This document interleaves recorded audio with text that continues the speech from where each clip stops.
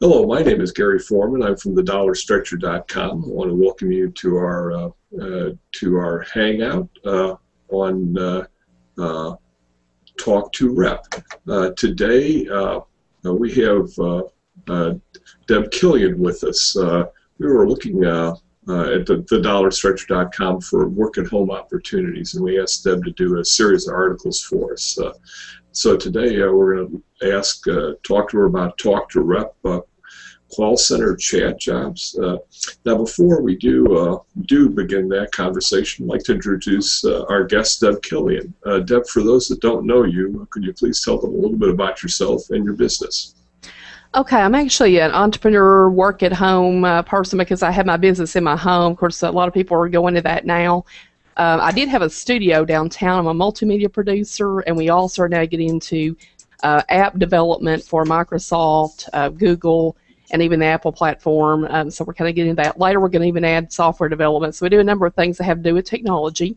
I'm also a writer. As you know, I write for you, but I also write for a number of other publications and businesses. I'm getting a lot of Fortune 500 companies as clients. So I'm just kind of doing a slew of things, you might say, but they all kind of fall under the category of technology. But in my search for that, the way I came upon all these work-at-home opportunities is earlier I was working for a school. I still work for a school part-time. I do have a teaching license as well and work currently as a school counselor for a small school. So at the time, my motivation was to find supplemental money for that job there at the school because it didn't pay very much. Now I'm making quite a bit of money on my own and things are getting better, but during the time that I was searching for that, that's how I came across all these things that I wrote about in the articles and that we're talking about. Okay. Now, I should mention that neither Deb or I have any financial interest in Talk2Rep. So whether you join them, don't join them, pursue or not, that's totally up to you. Right. And it makes no difference to us from a dollar point of view. Now, Deb, tell us a little bit about Talk2Rep, what the company does and how they do it, because it's not a company that I suspect a lot of people are familiar with. Probably not. You can find it on the internet. Their website is Talk2 with a 2, the number 2, rep.com. They are located, I believe, in California or Florida. Forgive me, but I forgot the state they're located in. But they are a virtual solutions company. You're seeing more and more of those. As a matter of fact, I write for a virtual solutions company too now. But there are a lot of these, in the cloud services type thing. I'm sure probably you've even used some of them. Freelancers and stuff, so they're looking for people to work at home. Now, I talked about live ops. That was the first article I did for you, and then we talked about in the interviews. This is a little bit similar, except the difference is it's focused on chat rather than phone service. And to be honest, what motivated me to do it, though I did like the job with live ops and everything, I kind of got tired of talking on the phone all day. So I was looking for something where I could chat and talk to people in customer service or sales rather than always have to be on the phones. So that's kind of what they do. They are a virtual solutions for big businesses, for Fortune 500 companies. Big companies can hire them to outsource their work to representatives.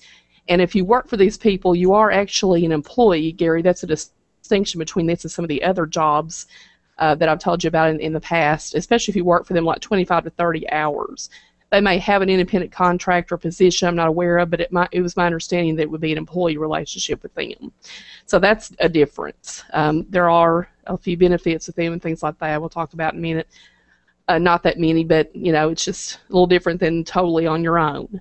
But basically, they're a solution for businesses to have a first point of contact with the customer because, of course, the CEOs and the people that are running the companies can't always be there to answer the questions, so they have to outsource all that to agents. So that's what that's about. Okay, now in the article you mentioned that Talk2Rep offers both customer service and sales jobs. Right. What's the difference between the two? Okay, when you are hired on there, when you're interviewed by the human resource agent, they will ask you what your preference is, if you prefer to just do customer service or sales.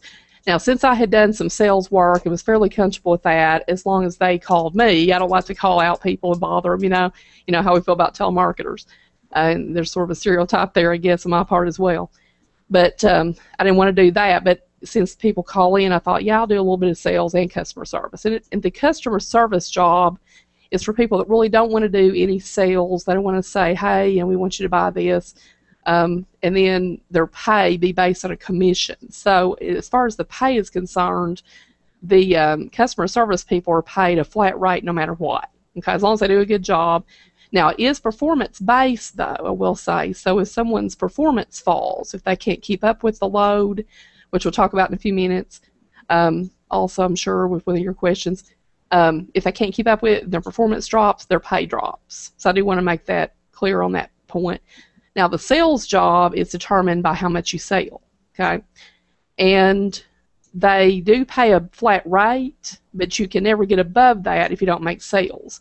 And if you're on the sales lines and you don't make sales after a long period of time, they may drop you down to customer service or something. So now, I'll be honest on this one, I was not with them very long at all. I went through the training and worked like a week or two and decided it just wasn't for me. And I'll tell you later why. They're not a bad company. It's a good opportunity for some people, but, you know, not everything is for everybody. So. Okay.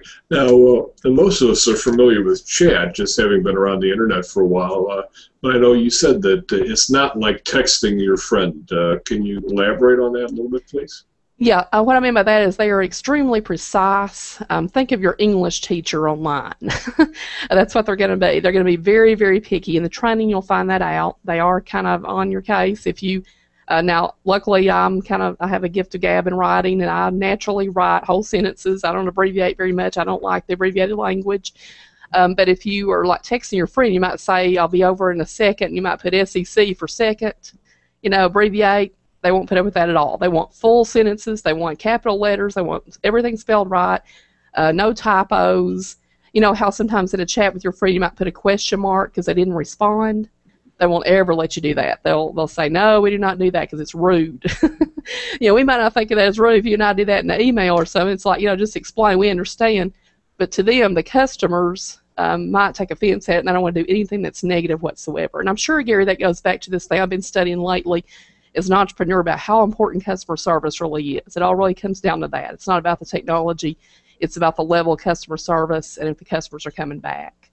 So if you do a good job at that, you would be good at this job, but you do need to watch, you know, how you write and make sure it's very professional. Now, obviously, the type of thing that you're talking about is a little different than what we're used to. What kind of training does Talk2Rep provide before they turn you loose on the public?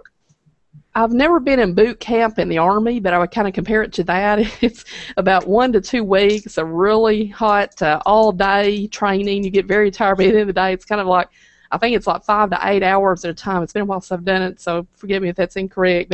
But it's just a lot of intensive training. They're right there with you. Now, I did have a really good trainer, a guy whose name I kind of can't remember. Probably wouldn't say it anyway without his permission. But he was a very good trainer. I will say that some of them were a little over-ambitious. I believe I said that in the article. And they kind of scolded people when they shouldn't have, I felt. You know, they were a little bit hard on you, so I'll be honest. They really are so demanding. And I will tell you that one of the companies that works with them is AT&T. And AT&T, you know, is a huge company that has so much customer service. There's so many needs in their customer service. So I'm sure that some of it is coming from the fact that these big companies do need to have close to perfection with the customer service so people are not going away upset, like I said a minute ago. So I understand some of that. But the main trainer I have was really good. Some of the others wasn't quite as impressed with them. But in general, the training is very good. It's intensive. They tell you exactly what they expect. It's kind of stressful, though. And the job is a little stressful. You know, you want me to be honest. So telling people you have to kind of be on the edge of your seat. You're going to have 2 or 3 chats at a time. I don't know if you're going to ask me that or not later, but there are several chats going on at once. You have to be very fast. So this would probably not be for maybe a lot of older people, though I don't want to have these stereotypes. I know a lot of older people can keep up with it very well. But they expect you to answer people's questions and go from one chat to another very quickly. I was pretty good at that part. I was actually the fastest one in the entire training of anybody in my group in terms of how I went from one customer to another. So they bragged on me about that. But I still didn't think that I wanted to do it all day. Now, is this the kind of job where you can support yourself on it, or is it more supplemental income for evenings or maybe a stay-at-home mom, something like that? It would be probably excellent for a stay-at-home mom, provided that it was a schedule where, see, on the schedule with that, you have to iron out your schedule at the beginning and stick with it.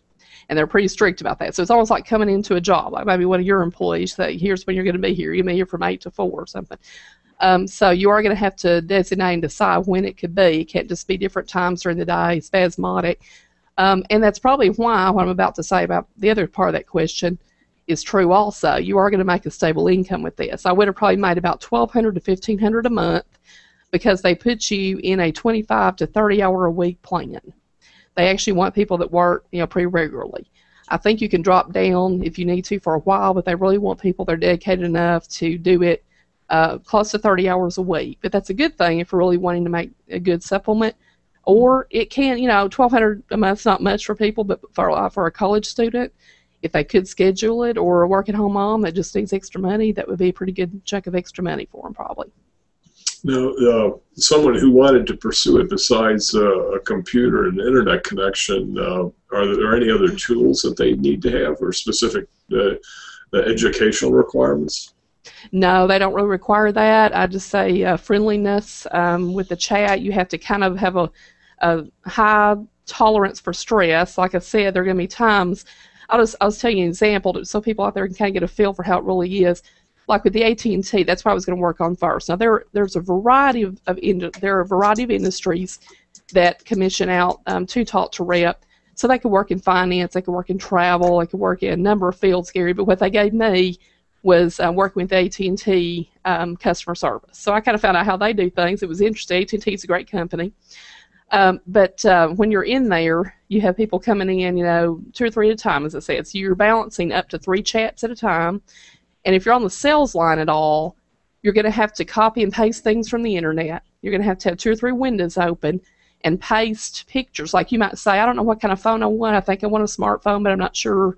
And you're going to show them, what might be a good choice. Say, take a look at this. So you're actually going to, copy and paste that in the chat where they can go to the link. And so you've got a lot. It's good for someone who's really good at multitasking, which I am. But it is kind of a high stress level because you got people waiting. If they get aggravated from waiting, it's going to increase the stress level. So, but in answer to your question, no special equipment, just internet connection. It needs to not be wireless. It's okay if you have a wireless connection, but you got to have a hardwired connection for this job because of security, like the live ops thing. Then, like a headset like I've got today, where you can talk to people if you need to.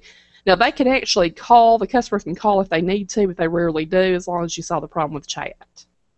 But no other things like educational requirements or anything like that. Just they need to kind of want to help people, and they have to have a high frustration tolerance for stress level. As I said, there might be several at once. Plus, you may get customers that are upset. You got to handle people. That is too. So. Hopefully I answered your question on that. I'm not sure. Okay, now for somebody who thinks that they'd like to approach the company and maybe pursue something with them, how would they go about doing that? I assume they have a website? Yes, it's TALK, and that's a capital T, and then the number 2, and then capital REP, Talk2Rep.com. And they'll show you, it's real easy on the site there. They're simple. Their site's set up pretty simply. Where to go, and it shows what openings there are, and you'll want to look for. They actually have some openings in their office, but it's like I said in Florida or somewhere. But you just look for the ones that say USA or virtual workers. They'll get the idea. I'm sure they can figure that out, and they just start the process. And it may take a while for them, Gary, to hear from me. But it took about a month or more for me to hear from them. But then they did put me into the training, and then I became an employee shortly after that. But I didn't keep it very long because I just decided it was going to be too stressful to do that all day long, and I needed to free up my hours so I could work on the business too. So. Okay. Well, Deb, we thank you for helping us with Talk2Rep today. You're welcome. Want to invite people to visit thedollarstretcher.com. Look for us on Google+, Facebook, Twitter, and Pinterest. If you have a work-at-home opportunity that you think we should review, send an email to gary@stretcher.com. And we'll see what we can do about it. And thanks for watching our review of Talk2Rep. Hope to see you again soon. See you, everybody. Okay, we all